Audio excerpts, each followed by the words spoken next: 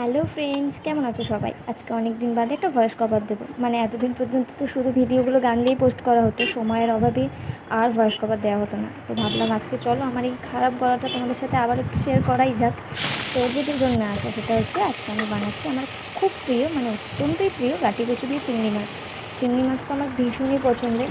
গাটি কচুটা খুব একটা ভালোবাসি না, তবে গাটি কচুর সাথে চিংড়ি মাছ এই কম্বিনেশনটা আমার খুবই ভালো যায়। ইনফ্যাক্ট আমার হাজব্যান্ডেরও খুব প্রিয়।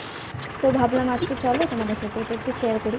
অ্যাকচুয়ালি কী বলো তো, রান্নার এত তাড়া, মানে অফিসের তাড়ার জন্য রান্নাটা এতটাই ফাস্ট করতে হয় যে আমি সেইভাবে পুরো ভিডিও বা ফুল ভয়েস কভার দিয়ে আপলোড করার মতো টাইম হয়েই ওঠে না।